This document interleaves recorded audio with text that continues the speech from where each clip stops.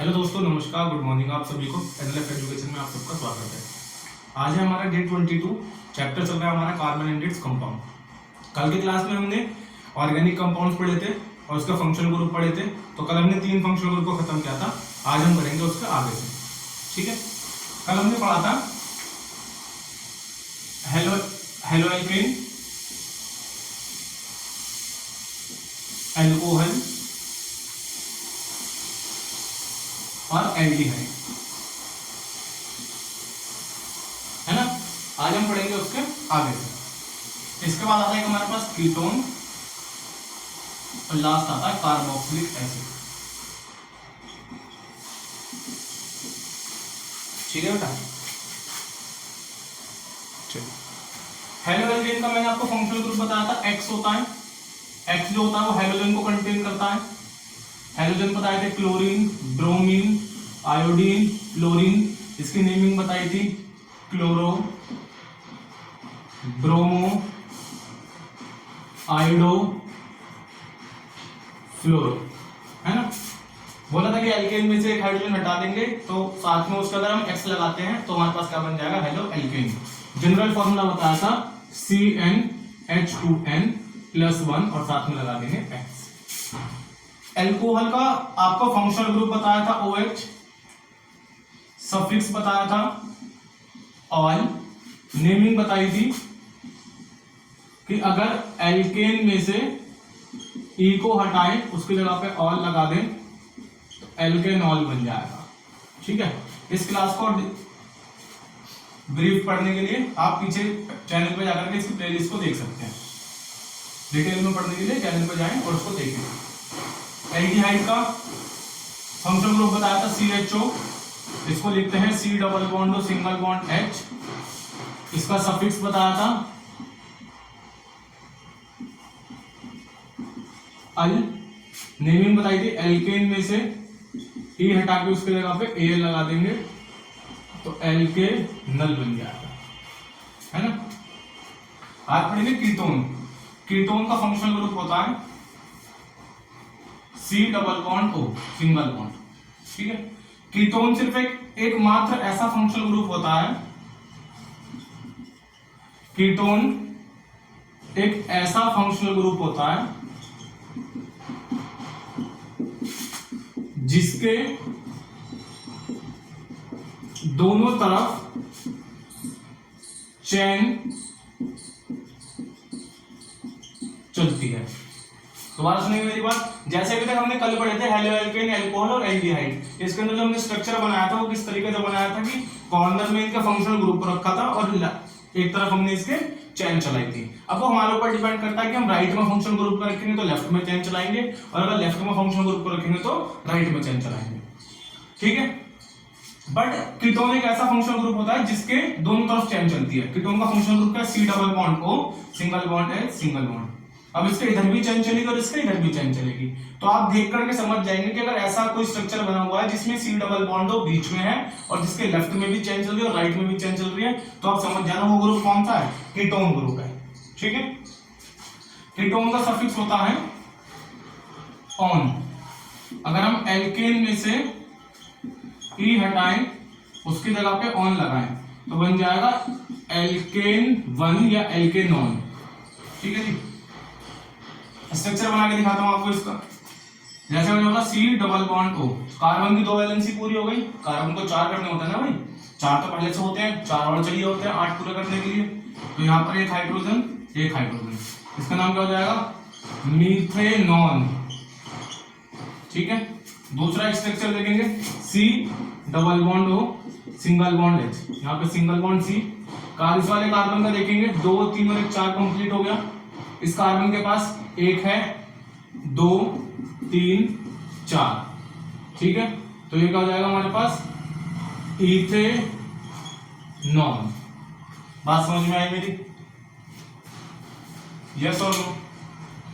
तो इसमें देखो लेफ्ट में भी चेन चलेगी और राइट में भी चेन चलेगी। देखना भी, एक स्ट्रक्चर और बनाता हूं।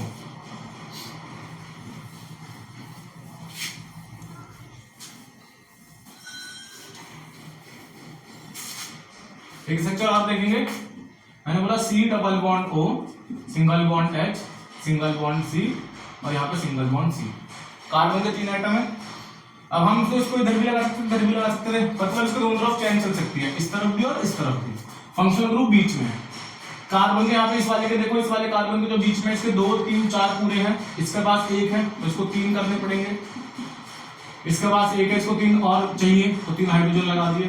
ठीक है, उनका मैथ एथ प्रॉप तो हो जाएगा प्रोपे नॉन।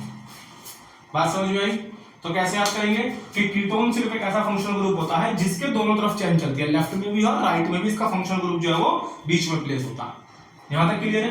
तो इसको नोट करें और फिर इसके बाद देखेंगे हम लोग कार्बोक्सिलिक एसिड।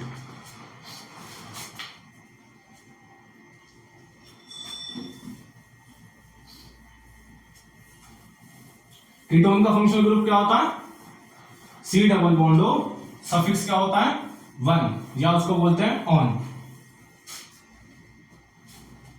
फिर आता है 5th कार्बोक्सिलिक एसिड।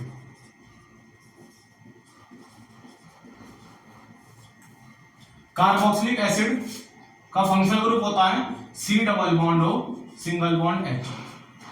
अब देखें, हमने पढ़ा था C डबल बॉन्ड O किसका होता है? कीटोन का। OH किसका होता है? एल्कोहल का। तो हम इसको ऐसे भी कह सकते हैं कि जो कार्बोक्सिलिक एसिड होता है वो 2 फंक्शनल ग्रुप से मिलकर के बनता है। पहला फंक्शनल ग्रुप क्या हो जाएगा? कीटोन, और दूसरा क्या हो जाएगा? एल्कोहल। तो carboxylic acid is a mixture of alcohol and ketone. देख लीजिए आप, C डबल बॉन्ड किसका है? कीटोन का। OH किसका होता है? एल्कोहल का। या तो इसको ऐसे लिखेंगे या फिर इसको लिखते हैं C double bond single bond OH। ठीक है, लिखा हम इसको किसी भी तरीके से सकते हैं। इसका सफिक्स होता है ओइक एसिड। Oic acid. अगर हम एल्केन में से E हटाएं, उसकी जगह पर ओइक एसिड लगा दें तो इसका बन जाता है एल्केनोइक एसिड। एल्केन में से E हटाएं, उसकी जगह पे ओइक एसिड लगाएं तो हमारे पास बन जाएगा एल्केनोइक एसिड। ठीक है, अब इसका बनाना स्ट्रक्चर बनाने का वही तरीका, फंक्शनल ग्रुप को कॉर्नर पे रखेंगे, C double bond O, single bond H। तो देखो कार्बन के कितने पूरे हैं? 2 और 1 3 तो है ही, एक और चाहिए, एक इधर लगा दिया तो क्या हो जाएगा? HCOOH। इसका नाम क्या हो जाएगा? कार्बन का एक है तो मीथेनोइक एसिड। बात समझ में आई? दूसरा लिखेंगे, फंक्शनल ग्रुप कॉर्नर में C double bond single bond H, एक कार्बन और लगाया। अब देखो बैलेंस करेंगे, नहीं भाई स्टेबल करना है ना हमको, तो इस वाले कार्बन के पास 2 3 और 1 4 हो गए, इसके तो हो गए स्टेबल। इसके पास बचा एक ही है, एक और लगा देंगे, एक और। इसका नाम क्या हो जाएगा? CH3COOH। ये तो कंडेंस फॉर्म हो गई। अगर मॉलिक्यूलर फॉर्मूला लिखेंगे तो CH3COOH। इसका किसमें कितने कार्बन है? एक तो फंक्शनल ग्रुप में ही था, एक हो गया, एक और लगाया, कितना हो गया? 2। तो मैथ एथ हो जाएगा इथेनोइक एसिड। और ये हमने पढ़ा था, इथेनोइक एसिड को हम क्या बोलते हैं? एसिटिक एसिड भी बोलते हैं।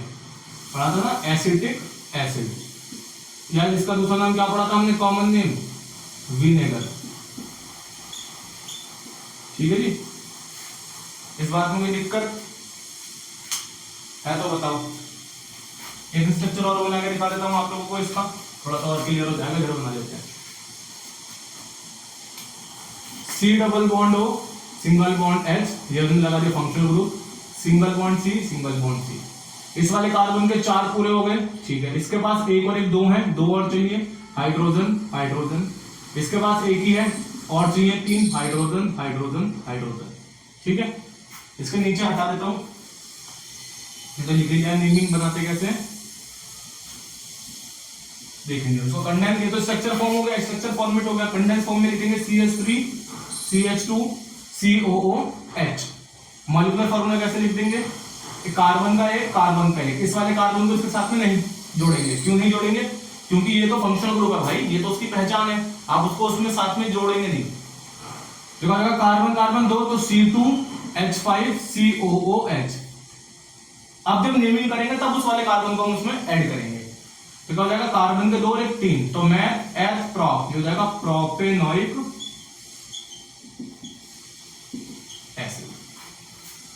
बात समझ में आ गई यहाँ तक? ठीक है जी।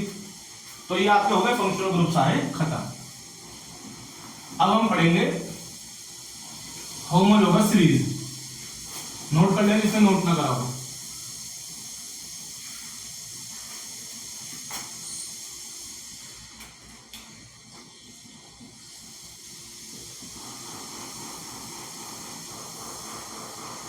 होमोलोगस सीरीज, होमो का मतलब होता है सिमिलर या सेम। तो होमोलोगस सीरीज क्या होती है? होमोलोगस सीरीज एक हमारे पास सेम सीक्वेंस का पैटर्न होता है, उसको हम होमोलोगस सीरीज के नाम से जानते हैं। कहने का मतलब क्या है, किसी भी सीरीज के अंदर, किसी भी फंक्शनल ग्रुप के अंदर अगर हम उसके दो कार्बन के कंपाउंड को कॉन्जिक्यूटिव लेते हैं, कॉन्जिक्यूटिव बोले तो जैसे मैंने लिया CH4, उसके बाद मैंने लिया C2H6, उसके बाद मैंने लिया C3H8, तो मतलब जो भी नेक्स्ट कॉन्जिक्यूटिव कार्बन के कंपाउंड्स हैं किसी भी पर्टिकुलर फंक्शनल ग्रुप के, तो उसके बीच में जो डिफरेंस होता है वो हमेशा सेम होता है। इसको हम होमोलोगस सीरीज के नाम से जानते हैं। देखो किस तरीके से, जैसे मैंने बोला CH4 कार्बन का दो का डबल, चार में ऐड करा 6 एल्केन बना। कार्बन का 3, ठीक है, 3 का डबल 6 में ऐड करा 8। कार्बन का 4 का डबल 8, हाइड्रोजन का 10। कार्बन का 1 का डबल CH2, कार्बन के 2 का डबल CH4, कार्बन के 3 का डबल CH6, कार्बन के 4 का डबल CH4H8। पहले में तो बनेगा ही नहीं इसका बनेगा किस में से? दूसरे से। तो हो जाएगा कार्बन के 2, हाइड्रोजन के 2, 4 हो गए, 4 में 2 माइनस करा 2 बचा। कार्बन के 3 2 जा 6 में से 2 माइनस करा 4 बचा हाइड्रोजन का। कार्बन के 4 2 जा 8 में से 2 माइनस करा 6 बचा। अब देखेंगे जो नेक्स्ट कंपाउंड है, जो नेक्स्ट फॉर्मूला है वो पहले वाले से देखो। कार्बन का कितना डिफरेंस है 1, हाइड्रोजन इसमें कितने हैं 6 और इसमें कितने हैं 4, तो कितना हो जाएगा हाइड्रोजन के 2। कार्बन इसमें 2 से इसमें है 1, तो माइनस करेंगे कितना हो जाएगा, कार्बन का सिर्फ एक एटम बचेगा। इसको इसमें देखो, कार्बन के 3 कार्बन के 2 सिर्फ बचा कार्बन, हाइड्रोजन के 8 हाइड्रोजन का 6 कितना हो जाएगा CH2। इसको इसमें देखेंगे, कार्बन का 4 कार्बन के 3 तो हो जाएगा कार्बन, हाइड्रोजन के 10 हाइड्रोजन के 8 कितना हो जाएगा CH2। ठीक है जी। अब इसको देखो, इसमें कार्बन 2 कार्बन 1 कहीं कार्बन बचेगा माइनस करेंगे तो हाइड्रोजन के 4 हाइड्रोजन के 2 बचेंगे। इससे इसमें देखेंगे कार्बन के 3 है कार्बन के 2 सिर्फ कार्बन बचेगा, यहाँ पर 6 है यहाँ पर 4 है तो सिर्फ H का 2 बचेगा। इसको देखेंगे, इसमें कार्बन के 4 कार्बन का 3 माइनस करेंगे कार्बन बचेगा सिर्फ, यहाँ पे 8 यहाँ पे 6 क्या बचेगा सिर्फ CH2। इसका देखेंगे कार्बन का 3 और 2 तो सिर्फ कार्बन बचेगा, यहाँ पे 4 में से 2 गए तो 2 बचेगा। यहाँ पर देखेंगे 4 में से 3 गए 1 बचेगा, 6 में से 4 गए 2 बचेगा। तो अब ध्यान से देखें कि हर एक कॉन्जिक्यूटिव कंपाउंड के अंदर जो डिफरेंस है वो कितना है, CH2 मेंबर का है। कितने मेंबर का है? CH2 मेंबर का। इसी को हम क्या बोलते हैं, होमोलोगस सीरीज। होमोलोगस सीरीज क्या होती है, एक सिमिलर सीक्वेंस पैटर्न जनरेट होता है एल्केन एल्किन एल्काइन के अंदर, ठीक है, जिसके अंदर क्या होता है, जो नेक्स्ट कंपाउंड होता है उसमें और पहले वाले कंपाउंड के बीच में अगर हम माइनस करते हैं तो सेम कार्बन एटम और सेम हाइड्रोजन एटम का जो है वो सीक्वेंस जनरेट होना शुरू हो जाता है। इसको हम होमोलोगस सीरीज के नाम से जानते हैं। यहां तक कोई दिक्कत परेशानी हो तो बताना कमेंट बॉक्स में। अब क्या है, इसकी प्रॉपर्टी होती है। प्रॉपर्टी क्या है, पहली प्रॉपर्टी तो यही है कि दो एडजेसेंट कार्बन कंपाउंड जो है वो same carbon, same number of carbon और हाइड्रोजन के एटम से डिफरेंस रहता सब में, वो क्या है, वो सेम मेंबर क्या है, CH2। पहली प्रॉपर्टी क्या है, पहली प्रॉपर्टी है कि दो एडजेसेंट कार्बन कंपाउंड के बीच में जो डिफरेंस होता है वो हमेशा फिक्स होता है, जो कि एक कार्बन एटम का है और दो हाइड्रोजन एटम का है। और इनका जो मॉलिक्यूलर मास होता है,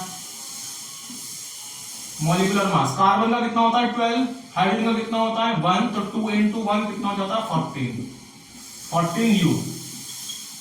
ठीक है जी। तो हर दो एडजेसेंट कंपाउंड के बीच में जो मॉलिक्यूलर मास का डिफरेंस होता है वो 14 U का होता है। तो ये हो गया आपका होमोलोगस और आपको हो गया फंक्शनल ग्रुप खत्म, सारे ऑर्गेनिक कंपाउंड खत्म। कल की क्लास में हम शुरू करेंगे कार्बन की केमिकल प्रॉपर्टीज को। जब तक के लिए आप चैनल के साथ जुड़े रहें, आज की क्लास को देखें, कोई डाउट हो तो पूछें। और इससे पहले की क्लास में अगर आपको कोई भी डाउट है कार्बन के अंदर तो आप जरूर कमेंट बॉक्स में डिस्कस करें, हम आकर के कोशिश करेंगे आपको उसके डाउट को क्लियर करेंगे। जब तक के लिए आप वीडियो देखिए, चैनल के साथ जुड़े रहिए, पहले की वीडियोस को भी देखिए, अगर आपने नहीं देखी तो सारे चैप्टर्स की वीडियो को हम अपलोड कर चुके हैं केमिस्ट्री के। ये लास्ट चैप्टर चल रहा है, खत्म हो जाएगा 2-4 दिन में। और बस जब तक के लिए वीडियो को शेयर करिए, सब्सक्राइब करिए, and thanks for watching, have a good day.